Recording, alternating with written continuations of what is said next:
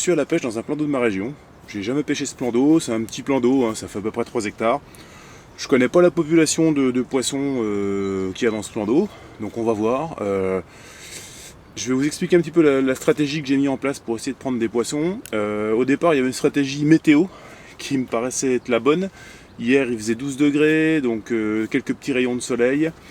Donc je suis venu amorcer, et puis je me suis dit, voilà, demain ça va être super. Sauf qu'aujourd'hui, ben voilà, ce matin il faisait 2 degrés. Il tombait une espèce de neige un peu fondue, donc voilà, ça démarre pas top. On va voir ce que ça va donner. J'espère avoir qu'au moins une touche. Donc voilà le plan d'eau que je pêche. C'est un plan d'eau qui fait à peu près 3 hectares. Donc on y trouve une île qui est assez intéressante. Également ici une bordure avec pas mal d'arbres, donc qui donne dans l'eau. Et puis ici aussi une partie qui peut être pas mal avec un petit peu d'arbres également, cette partie-là. Bon, moi le choix a été de venir plutôt sur cette zone-là, parce que hier il faisait grand soleil l'après-midi, donc je me suis dit ça va réchauffer et il y a des chances de prendre des poissons la journée, quoi. Bon, le climat, enfin la température a baissé, donc bon, on va bien voir ce que ça donne. Alors, le fait d'avoir choisi cette zone-là, j'ai passé pas mal de temps à sonder pour voir un petit peu comment je pouvais aborder la pêche à cet endroit-là. Donc moi je suis en poste ici, donc j'ai commencé à sonder la berge, j'ai trouvé 2 mètres à cet endroit-là. Donc cette zone, je vais la pêcher parce que y a de la nourriture qui doit tomber des arbres, vraiment cette bordure-là est intéressante.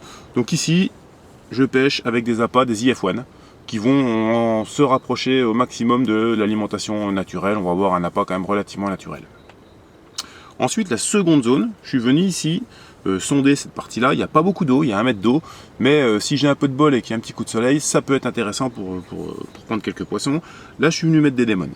Je sais qu'en cette saison, les démons, ça va vraiment diffuser de manière intéressante, c'est épicé, il y a quand même de grandes chances d'avoir des touches. Et enfin, l'endroit où j'ai sondé, c'est ici à la pointe de l'île.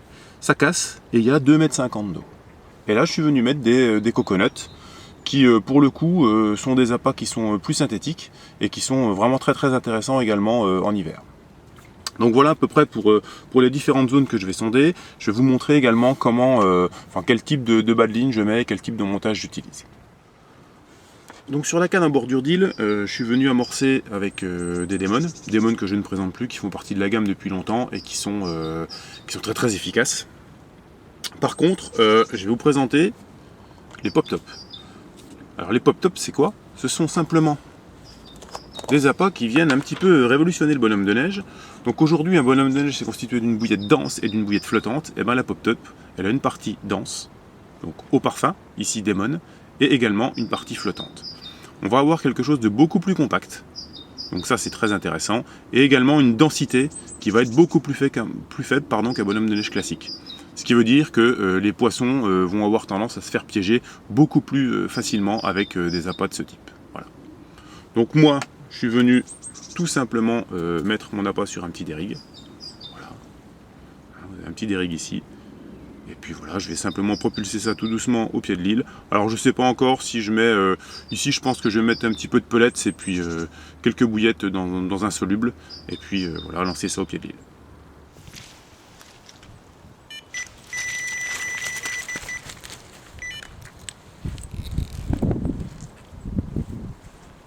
Donc je suis assez content, je viens de prendre un petit poisson avec une pop-top en démon au pied de l'île. Voilà, donc ça marche même s'il fait froid. Donc pour la canne qui est à la cassure, donc je vais utiliser tout simplement un petit dumble, voilà, comme ça. L'intérêt du dumble, c'est que au niveau de la cassure, j'ai quand même, je pense, un petit peu de feuilles et de choses comme ça, parce qu'il y a des arbres. Et en sondant, j'ai senti qu'il y avait, c'était pas une zone qui était très très dure.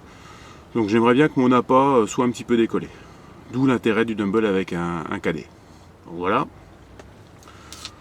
Dessus, pour agrémenter tout ça, ce que je vais venir faire, un petit stick. Donc, j'ai déjà préalablement broyé quelques bouillettes en coconut. Voilà. Et puis, à l'intérieur de ces bouillettes broyées, je vais venir mettre un petit peu de dip. Et je vais réaliser tout simplement des petits sticks. Alors, hop, je ne mets pas forcément beaucoup de dip, voilà, un petit peu. Et ensuite, je vais réaliser voilà, mes sticks avec ça. Là, je mélange.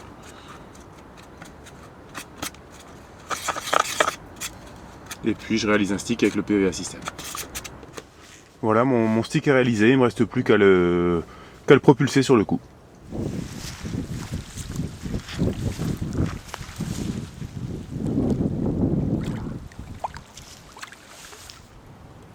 Encore une jolie, très sympa sur des coconuts. Donc sur la canne en bordure, j'ai mis une F1 donc dense sur le fond avec un dérigue, comme ça. J'ai protégé la pointe de mon hameçon avec une petite mousse soluble. Et puis pour amorcer, j'ai utilisé un sac soluble dans lequel je suis venu mettre des IF1 broyés, hein, de ce type-là, quoi. Et également, à l'intérieur du sac soluble, je suis venu ajouter du squirts. Le squirt, c'est quoi? C'est un attractant. Donc ça va augmenter vraiment le côté attractif et puis de la zone, en fait, hein, ça va vraiment attirer les poissons. Aujourd'hui, il existe en différentes déclinaisons. Donc moi, j'ai pris du krill. Il y a 7 différentes déclinaisons. En termes de parfum, vous allez retrouver donc des choses qui sont carnées, comme le krill, des choses qui vont être fruitées, une déclinaison qui va être également épicée et crémeuse. Donc voilà, on couvre un petit peu tout le spectre en fait d'appât. On va également avoir des applications diverses et variées avec ce produit, vous pouvez en mettre un petit peu partout. Donc par exemple dans vos sticks, vous pouvez également laisser tremper vos appâts à l'intérieur. Bien entendu l'utiliser, comme je l'ai fait moi, dans un sac soluble. L'application sac soluble est très intéressante parce que vous allez pouvoir aussi mettre avec des graines. Donc vous le mettez avec des graines dans le sac soluble et du coup votre sac va supporter les graines qui souvent sont assez humides. Donc ça a vraiment un vrai pouvoir par rapport à ça, quoi. Donc voilà un petit poisson sur la canne de bordure.